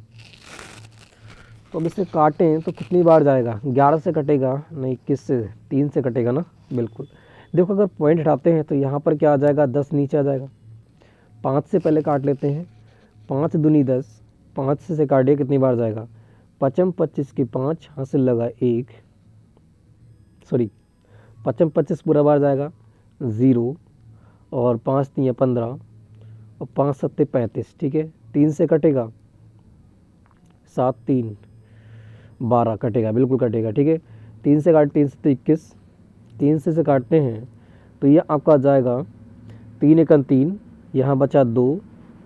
ठीक है, 2 हो गए 20, 3 में 3 6 18, बचे 2 हो गए 3। ठीक है, 3 7 21, 2 हो गए 7, 3 नेम 27। ठीक है, अब 7 बार जाएगा, नहीं कटेगा ये। 7 से देख लेते हैं, 7 से काट के इसे। ठीक है, अगर 7 से काटेंगे तो 7 दूनी 14, बचा 1 हो गया 17, 7 दूनी 14। ठीक है, बचे कितने आपके, 7 दूनी 14 3 हो गए 39, 7 चौक 28, 7 5 35, नहीं कटेगा ये, 7 से नहीं कटेगा। ठीक है, अब कितना जाएगा, 7 दूनी 14, 14 से इसे काटिएगा कितनी बार जाएगा। ठीक है, जो हमारा बचता है 1669 को हमें 14 से काटना है, कितनी बार जाएगा इसको देखो। ठीक है, 14 से काटने हैं, कितनी बार कटेगा, 7 दूनी 14, 7 से तो भाई कट नहीं रहा है। ठीक है, 7 से तो कट नहीं रहा है, 14 1 14, तो ये कट ही नहीं रहा ना। इसे भी सॉल्व कीजिएगा फटाफट, है ना, सॉल्व करना है भाई, कैसे कटेगा। ये गलती तो नहीं हुई गई है ना, गलती तो नहीं हुई है। 55 में से 1 बचेगा, ठीक है ना, और यहाँ पर 2 बचेगा, तो 21 तो बचेगा। ठीक है, कुछ गड़बड़ हो रहा है, कुछ तो गड़बड़ हो रहा है यार, देखते हैं, रुकिएगा। ठीक है, ठीक है भी इसे करते हैं। ठीक है, यहाँ दे रखा है, जो गर्ल्स दे रखी थी वो कितनी है 34, और मल्टीप्लाई अगर मैं 51 से मल्टीप्लाई करूँगा तो इसका कितना आ जाएगा, 1734 आया था, है ना, 1734 आया था। अब बचते हैं तुम्हारे, टोटल हमारे कितने जाते हैं, टोटल हमारे छात्र हैं 5500। ठीक है, इसकी मल्टीप्लाई करूँगा और टोटल वजन कितना दे रखा है हमारा, औसत वजन बात करते हैं, ये दे रखा है 55.5। ठीक है, इसकी मल्टीप्लाई करेंगे तो कितनी बार जाएगा देखिएगा। ठीक है, बिल्कुल 55 से मल्टीप्लाई करेंगे तुम्हारा 55.5, तो आपका आया था वह हो जाता है तुम्हारा 3052.5 आया था। ठीक है, अब मैं इसे टोटल में से जो टोटल छात्र रखे हैं 55, गर्ल्स घटा दूं 34, तो 5 में से 4 गया बचा 1 और 5 में से 3 गया बचा 2। ठीक है, और अब जो हमारा बॉयस बच जाते हैं, ये बॉयस बच जाते हैं, और जो वजन हमारा घटकर आता है वो हमारा कितना निकल के आता है। ठीक है, अगर मैं टोटल छात्रों में से गर्ल्सों का वजन घटा दूंगा तो मेरा निकल आएगा किसका, बॉयसों का वजन। ठीक है, तो माइनस कर दीजिएगा फटाफट। ठीक है, 1734 को अगर मैं माइनस करूंगा तो मेरे पास कितना आ जाएगा, तो वह आपका हो जाता है, ध्यान से देखिएगा, 1318.5 निकल के आ जाता है। ये हमारा निकल के आया था। ठीक है, अब हमें निकालना क्या है कि बॉयसों का औसत निकालना है। तो टोटल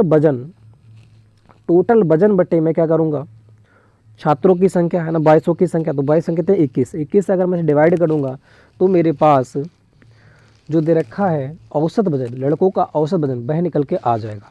तो अब इसे काटिएगा। ठीक है, अब इसे आपको काटना है। जब इसे सॉल्व करोगे तो आपके पास कितना आएगा देखिएगा। ठीक है, बिल्कुल फटाफट सॉल्व कीजिएगा। इसका आंसर कौन सा हो जाएगा देखिएगा। ये थोड़ा सा क्या है, हार्ड इक्वेशन है, थोड़ा सा जो हार्ड इक्वेशन, इसकी कैलकुलेशन काटने में दिक्कत कर, पॉइंटों में दे रखी है। हाँ, क्या दे रखी है, पॉइंटों में दे रखी है, काटने में दिक्कत तो करेगा ही करेगा। ठीक है, तो यहाँ पर जो आंसर आपका हो जाएगा ये 62 हो जाएगा। 62.78 आगे बढ़ता रहेगा। ठीक है, तो ये आपका रहने वाला है यहाँ पर। तो ऑप्शन नंबर यहाँ पर कोई भी राइट आंसर नहीं दे रखा है। ठीक है, कोई भी राइट आंसर नहीं दे रखा है। तो इस क्वेश्चन का आपको FM मिलेगा, मतलब पूरा नंबर मिलेगा। इस क्वेश्चन का पूरा नंबर मिलेगा। ठीक है, यहाँ पर 62.78 आ रहा है, यहाँ पर 62.78 आ रहा है, तभी तो मेरी कैलकुलेशन गड़बड़ हो रही थी। मैंने कि यार इसमें से क्वेश्चन आ ही नहीं रहा है ना। तो यहाँ पर लगा सकते हैं, वैसे 62 लगा सकते हैं, कह सकते हैं, मगर फिर भी इसका FM मिलेगा। गलत क्वेश्चन है ना, यह गलत क्वेश्चन दे रखा है। इससे पहले भी एक क्वेश्चन था, वो भी गलत क्वेश्चन था। आगे बढ़ते हैं नेक्स्ट क्वेश्चन। ठीक है, हमें तो करना है, बस आपको बताना है कि कौन सा गलत है कौन सा राइट है। तो भाई इस प्रैक्टिस सेट में आपका 2 क्वेश्चन गलत दे रखे थे, दोनों क्वेश्चनों का आपको क्या मिलेगा, FM मिलने वाला है। ठीक है, बात करते हैं, यहाँ पर दे रखा है प्रभात ने 12 दिन में एक काम को पूरा कर लिया। एक काम को जो प्रभात है उसने कितने दिन में कर लिया, 12 दिन में कर लिया। संतोष बचा हुआ काम 6 दिन पूरा करता है, दोनों मिलकर यह काम पूरे दिन में करेंगे। बचा हुआ जो काम है, यहाँ पर बचा हुआ काम नहीं होगा। ठीक है, बचा हुआ काम नहीं होगा। टोटल दे रखा है कि संतोष जो है ये 12 दिन में करता है। ठीक है, और जो संतोष है वो 6 दिन में करता है, दोनों मिलकर यह काम कितने दिन में पूरा करेंगे। तो टोटल काम कितना हो जाएगा, एलसीएम निकाल लो, एलसीएम हो जाता है 12। एक दिन का यूनिट वर्क निकाल लो सभी का। ठीक है, तो 12 से भाग दूंगा 12 को तो 1 आएगा। ठीक है, और 6 से भाग दूंगा कितना आ जाएगा, 2। तो हमारा जो प्रभात है वो 1 दिन में कार्य करता है 1, और जो हमारा संतोष है वो 1 दिन में कार्य करता है 2। तो टोटल मिलाकर ये दोनों कितना काम करेंगे, तो आप कहोगे 1 दिन में काम करेंगे 3। काम दे रखा है 12 को 3 से भाग दूंगा तो ये कितने दिन में पूरा काम समाप्त कर देंगे, तो आप कहोगे 4 दिन में जो होगा ये पूरा दिन को पूरा जो काम है वो हमारा क्या कर देंगे, समाप्त कर देंगे। तो जिन लोगों का आंसर ऑप्शन नंबर बी आ रहा है, बिल्कुल राइट आंसर आपका हो जाता है। ठीक है, आगे बढ़ते हैं नेक्स्ट क्वेश्चन को देखो 38। यहाँ देखा है 0.01 मल्टीप्लाई 0.03 को मल्टीप्लाई माइनस घटाना है इतने में से, तो आंसर हमारा जो रहने वाला है वो कौन सा हो जाएगा। ठीक है, तो पहले हमें क्या करना है, बोर्ड मास के अनुसार मल्टीप्लाई करना है। तो 3 एकन कितना आ जाएगा, 3, और यहाँ पर 0 0 0 0, तो जितनी बार पॉइंट है यहाँ पर 2 और 2 4, तो 4 के बाद पॉइंट लगा देंगे तो 1 2 3 4, 4 के बाद पॉइंट लगा देंगे तो इतना आ जाएगा। ठीक है, और माइनस क्या करना है, 0.0003, तो ये भी सेम है, ये भी सेम है। जब सेम में से सेम जाएगा तो हमारे पास कितना बचेगा, 0 बचेगा। तो जिन लोगों का आंसर ऑप्शन नंबर सी आ रहा है बिल्कुल राइट आंसर हो जाएगा। अच्छा खेल गए हैं। आगे बढ़ते हैं नेक्स्ट क्वेश्चन को देखो 39 का आंसर दीजिएगा यहाँ पर कौन सा राइट हो जाएगा। ठीक है, देखा एक ट्रेन 75 किलोमीटर प्रति घंटे की रफ्तार से चलती है तो 45 मिनट में कितनी दूरी तय करेगी। तो किलोमीटर प्रति घंटा में देखिए यहाँ पर मिनट में पूछ रखी है, तो फटाफट लीजिएगा कितना तय करेगी। ठीक है, कितनी दूरी तय करेगी। तो दूरी बराबर होता क्या है, पहली बात दूरी बराबर होता क्या है, दूरी बराबर होता है चाल बटे दूरी बटे समय, है ना, बिल्कुल। तो क्या हो जाएगा, दूरी बराबर जो आपका हो जाएगा वो हो जाएगा 4 गुणे समय होगा बटे समय होगा, बताइएगा। 4 बराबर होता है तुम्हारा दूरी बटे समय, ठीक है, तो मल्टीप्लाई हो जाएगा ये तो समय। करिएगा भाई, यहाँ पर क्या होगा, कितनी दूरी तय करेगी, कितने 45 मिनट में। तो डायरेक्ट सॉल्व कर लेते हैं ना, डायरेक्ट सॉल्व कर लेते हैं बस। कितना दे रखा है, 75 किलोमीटर दे रखा है, 75 किलोमीटर दे रखा है, ध्यान रखना, किलोमीटर प्रति घंटा। 1 घंटा, 1 घंटे में, ठीक है, 1 घंटे में 75 किलोमीटर प्रति घंटा जाती है 1 घंटे में, 1 घंटे में। तो अगर मैं टोटल दूरी की बात करूं, अगर मीटर में चेंज करूं, क्योंकि किलोमीटर दे रखा है यहाँ पर, है ना, किलोमीटर, अच्छा किलोमीटर में ही चेंज कर रखा है, तो कोई दिक्कत नहीं है, तो कोई दिक्कत नहीं सर, डायरेक्ट कर सकते हैं। तो टोटल जो हमारी किलोमीटर प्रति घंटा है, चाल कितनी है, 75 किलोमीटर, 1 घंटे में चलती है, तो 1 घंटे मतलब 60 मिनट चलेगी, 60 मिनट में चलेगी ना इतनी। तो वो कह रहा 45 मिनट में कितनी चलेगी, तो जब 60 से भाग दूंगा तो 1 मिनट का निकल के आ जाएगा, तो 45 से भाग दूंगा तो 45 मिनट का निकल के आ जाएगा, ठीक। किलोमीटर में ही पूछ रखा है इसलिए, तो मीटर में चेंज नहीं करेंगे, ठीक है। सॉल्व कर लेते हैं फटाफट, 5 से काट दूंगा, कितनी बार जाएगा, 5 नहीं 45, और 5 1 5, 5 दूनी 10, ठीक है। फिर जाएगा, कितनी बार चला जाएगा, 3 से कट जाएगा, बिल्कुल, 3 3 9, और 3 चौक जाएगा 12। अब 4 से कटेगा नहीं, क्योंकि पॉइंटों में यहाँ पर आंसर आने वाला है, ठीक है। 3 से कर देंगे, 3 पंजे 15 के 5, यहाँ से लगा 1, और 7 3 21, और 1 22, तो कितना आ जाएगा, ये आपका हो जाता है 225। 225 को 4 से डिवाइड करूंगा तो मेरा आंसर आ जाएगा, ठीक है, किलोमीटर प्रति घंटे में, किलोमीटर प्रति मिनट में। 4 से भाग दूंगा, 4 पंजे आपका हो जाता है 20, यहाँ बचे फिर 4 छंग हो जाएगा 24, बचे कितना 1, मैंने 0 लगा लिया पॉइंट रख के, ठीक है। तो 4 दूनी 8, और फिर आ जाएगा 2, और 0 रखेगा, 4 पंजे 20, तो कितना आ जाएगा 56.25 आपका आंसर रहने वाला है। तो जिन लोगों का आंसर ऑप्शन नंबर डी आ रहा है वो भी बहुत ही अच्छा खेल गए हैं, ठीक है। आगे बढ़ते हैं नेक्स्ट क्वेश्चन को, देखो यहाँ दे रखा है साइन 30 का मान कितना होता है, तो 1 2 1 2 3 2 1 है ना, तो कितना हो जाएगा 1 2 हो जाएगा। जिन लोगों का आंसर ऑप्शन नंबर बी आ रहा है बिल्कुल राइट आंसर आपका हो जाता है। नेक्स्ट क्वेश्चन को देखिए, नेक्स्ट क्वेश्चन का आंसर हमारा कौन सा रहने वाला है, ठीक है। नेक्स्ट क्वेश्चन को देखिएगा, नेक्स्ट क्वेश्चन का आंसर हमारा कौन सा रहने वाला है 41 का। यहाँ दे रखा है तुम्हारा 2048 और 960 को पूर्ण रूप से विभाजित करने वाली सबसे बड़ी संख्या बताना है, कौन सी विभाजित करेगी, ठीक है। पूर्ण रूप से कौन सी सबसे बड़ी संख्या विभाजित करेगी, आपको पूछ रखा है सबसे बड़ी संख्या इसमें से कौन सी है जो इस संख्या को, इन दोनों संख्या को क्या कर लेगी, डिवाइड कर लेगी, काट देगी, ठीक है। बताएगा इस क्वेश्चन का आंसर हमारा कौन सा रहने वाला है। यहाँ दे रखा है तुम्हारा 2048, और एक संख्या दे रखी है आपकी 96, ठीक है, 960।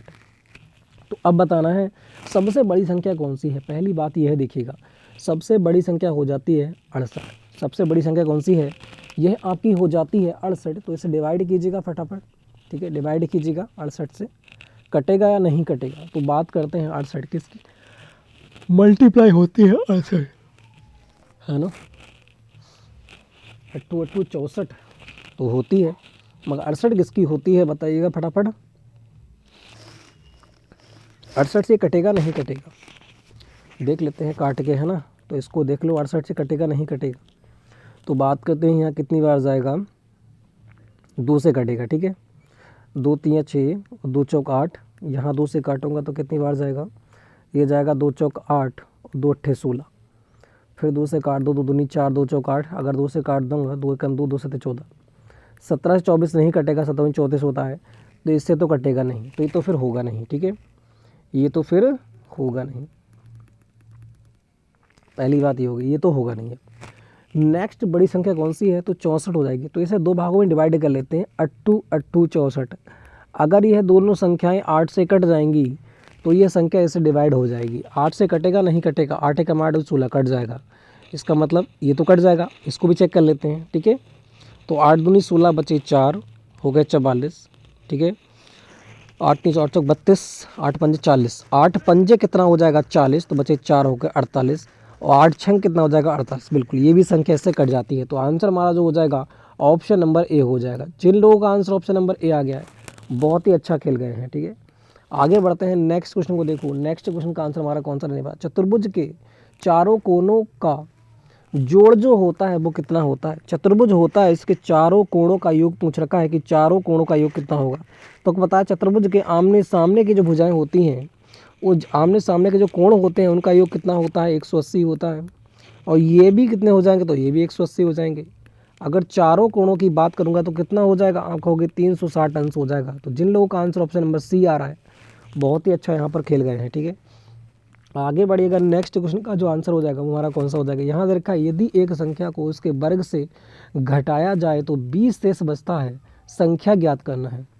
किसी संख्या के वर्ग को, ध्यान रखना, यदि एक संख्या के वर्ग को वर्ग में से घटाया जाए, ठीक है, उसके वर्ग में से घटाया जाए तो दशावन कितना हो जाएगा, 100।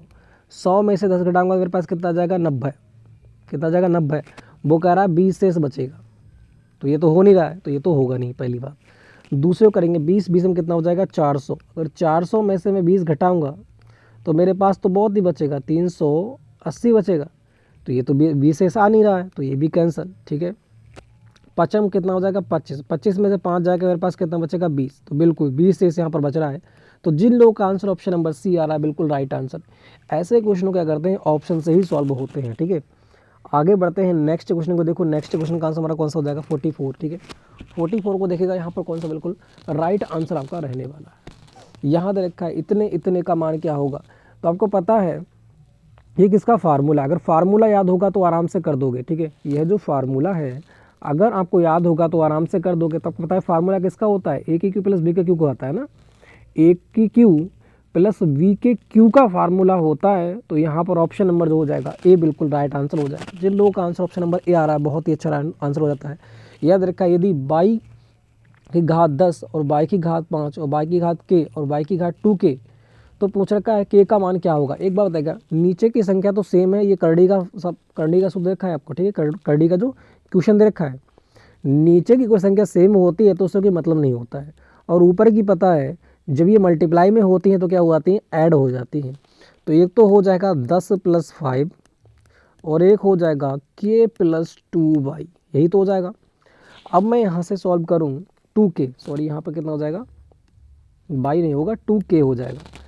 इनको ऐड करूँगा तो यहाँ पर कितना आ जाएगा, 15। इन दोनों को ऐड करूँगा तो कितना आ जाएगा, यहाँ पर हो जाएगा 3k, क्योंकि यहाँ पर 1k और 2k कितने हो जाएंगे, 3k। तो k बराबर कितना आ जाएगा, अगर k बराबर ज्ञात करेंगे तो यहाँ पर 15/3 आ जाएगा। और तो k बराबर कितना हो जाएगा, 3 पंजे 15 है ना। k बराबर कितना आ जाएगा, 5 हो जाएगा। तो जिन लोगों का आंसर ऑप्शन नंबर सी आ रहा है 5, बिल्कुल राइट आंसर आपका हो जाता है। ठीक है, नेक्स्ट बढ़ते हैं। तो यहाँ पर नेक्स्ट क्वेश्चन जो बढ़ेगा, अब यहाँ से हमारी सामान्य बुद्धिमत्ता मतलब रीजनिंग का टॉपिक स्टार्ट हो जाता है। 5 क्वेश्चन देखने को मिलेंगे, तो इसको भी फटाफट देख लेते हैं। तो पहला क्वेश्चन आपके सामने दे रखा है, ठीक है, 46 का आंसर दीजिएगा सभी लोग। यहाँ पर कौन सा राइट आंसर रहने वाला है, यदि दिए गए विकल्पों में से संबंधित शब्द को बताना है कौन सा अक्षर बिल्कुल राइट होगा। अगर विरोधी शत्रु है, विरोधी जो है वो शत्रु से संबंधित है, तो बताना है विपत्ति किससे संबंध हो जाएगी। तो विरोधी कौन करता है, शत्रु होता है। विरोधी हमेशा क्या होता है, शत्रु होता है। तो विपत्ति हमेशा क्या होती है, कठिनाई होती है। उसका नाम ही पूछ रखा है, तो यहाँ कौन सा हो जाएगा, कठिनाई, यहाँ पर बिल्कुल राइट आंसर हो जाएगा। जिन लोगों का आंसर ऑप्शन नंबर बी आ रहा है, बिल्कुल राइट आंसर आते हुए नेक्स्ट की बढ़ते हैं। यहाँ पर 47 कह रहा है दिए गए विकल्पों में से विषम शब्द को चुनना है। यहाँ पर विषम कौन सा दे रखा है, ठीक है, बिल्कुल। तो यहाँ पर देखिएगा कौन सा बिल्कुल राइट आंसर आपका हो जाएगा, विषम बताना है। विषम यहाँ पर कौन सा हो जाएगा, तो बताएगा विषम कौन सा है। तो एक ही बात करते हैं, अगर सम विषम की बात करोगे तो सम विषम के अनुसार तो हमारा गुण संख्या हो जाएगी, ये हो जाएगी ऑप्शन नंबर डी। मगर ये फार्मूला यहाँ पर पुट नहीं होगा, इतना इजी फार्मूला नहीं देगा। आगे देखो क्या पुट कर सकते हो, 13, हाँ 26, 13 छक्का 78। देखो 13 से ये भी कट जाएगा, 13 से ये भी कट जाएगा, 13 से ये भी कट जाएगा, मगर 13 से ये नहीं कटेगा। ठीक है, तो अब यहाँ पर कौन सा हो जाएगा, ऑप्शन नंबर ए यहाँ पर बिल्कुल राइट होगा। तो जिन लोगों का आंसर ऑप्शन नंबर ए आ रहा है, बहुत ही अच्छा खेल गए हैं। ठीक है, आगे बढ़ते हैं नेक्स्ट क्वेश्चन।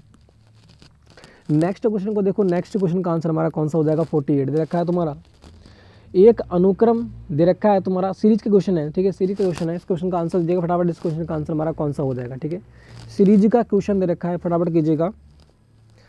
दे रखा है तुम्हारा 826, 480, 346, 134। आगे पूछ रखा है यहाँ पर कौन सा बिल्कुल राइट आंसर रहने वाला, बताइएगा भाई।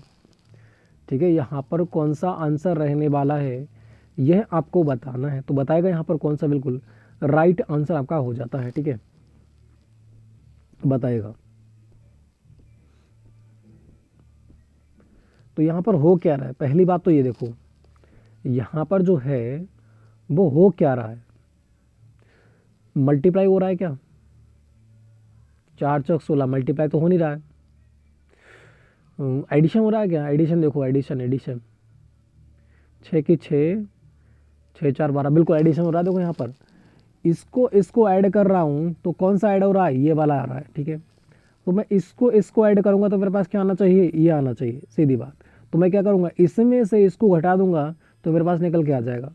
तो 346 में से 134 में अगर घटाऊंगा तो मेरे पास कितना आ जाएगा, यहाँ पर 2, यहाँ पर 1, यहाँ पर 2, तो कितना आ जाएगा, ये आपका 212 यहाँ पर आंसर रहने वाला है।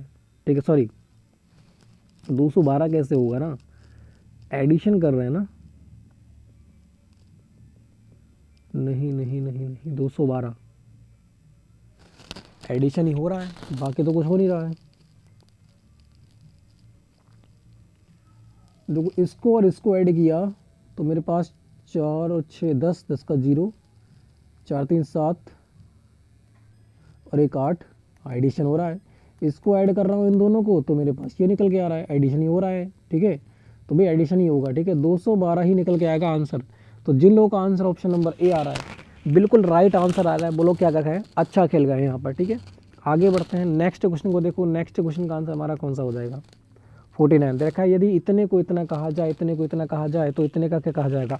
तो यहाँ पर कॉपी राइटिंग का क्वेश्चन लग रहा है मुझे, कॉपी का। ठीक है, देखो यहाँ पर क्या हो रहा है, सी की बात करते हैं। सी को क्या लिखा जा रहा है, सी को लिखा जा रहा है 8। तो 8 कहाँ दे रखा है, इसमें दे रखा है, इसमें दे रखा है, तो ये दोनों तो वैसे ही कैंसिल हो गए। लास्ट वाले को देख लो, अब लास्ट में टी को क्या लिख रहा है, टी को लिख रहा है तुम्हारा 6, टी को 6 लिख रहा है, 6 में इसमें तो है नहीं, तो ये भी कैंसिल। तो आंसर कौन सा हो जाएगा, ऑप्शन नंबर सी। ये कॉपी का क्वेश्चन है। ठीक है, तो ऑप्शन नंबर सी यहाँ पर बिल्कुल राइट हो जाएगा। जिन लोगों का आंसर ऑप्शन नंबर सी आ रहा है, बिल्कुल राइट आंसर आपका हो जाता है। आगे बढ़ते हैं, नेक्स्ट क्वेश्चन 50 को देखिएगा। क्यू पुत्र है पी का, एक्स पुत्री है क्यू की, आर बुआ है एक्स की और पी पुत्र है आर का, तो एल क्या लगा पी का। ये ब्लड रिलेशन का हो जाता है। तो इस क्वेश्चन का आंसर दीजिएगा फटाफट। इस क्वेश्चन का आंसर हमारा कौन सा हो जाएगा, देखा है क्यू पुत्र है पी का, तो पी का पुत्र जो है वो कौन है, क्यू है। ठीक है, तो एक पीढ़ी ऊपर चला जाएगा पी, क्योंकि पिताजी है, पिता है, ये कन्फर्म नहीं है पी है कौन। ठीक है, एक्स पुत्री है क्यू की, अब क्यू की पुत्री है, नीचे जाएंगे पीढ़ी, नीचे आ गए थे है ना, क्योंकि पुत्री है तो नीचे जाएंगे पीढ़ी। फिर कह रहा है कि आर बुआ है एक्स की, अब एक्स की बुआ आर होगी तो क्यू की कौन होगी, क्यू की बहन होगी। क्यू की कौन होगी, क्यू की भी बहन होने वाली है, तभी तो एक्स की बुआ होगी। तो आर बुआ है किसकी, एक्स की, और एल पुत्र है आर का। जो एल पुत्र है, सॉरी यहाँ पर आर बुआ है ना, बुआ कौन है, आर है। फिर पूछ रहा है कि एल पुत्र है आर का, अब आर एल जो पुत्र है वो किसका है, आर का, तो नीचे लिख देंगे है ना, एक पीढ़ी नीचे लाएगा, पुत्र है तो प्लस कर देंगे।